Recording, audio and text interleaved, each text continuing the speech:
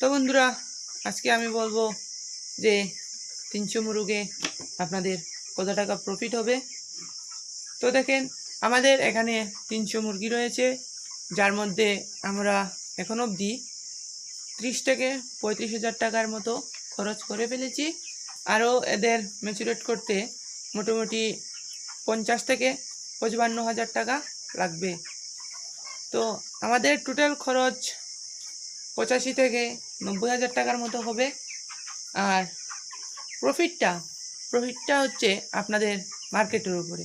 Market যদি 140 থেকে 150 টাকার উপরে থাকে, তাহলে আপনাদের প্রফিট হবে 20 থেকে 25,000।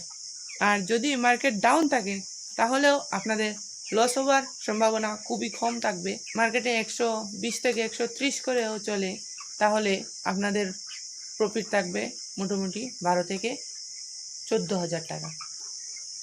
তো এরকমই আরও পোলট্রি বিষয়ক ভিডিও পেতে গেলে চ্যানেলটিকে সাবস্ক্রাইব করে রাখবেন। ধন্যবাদ।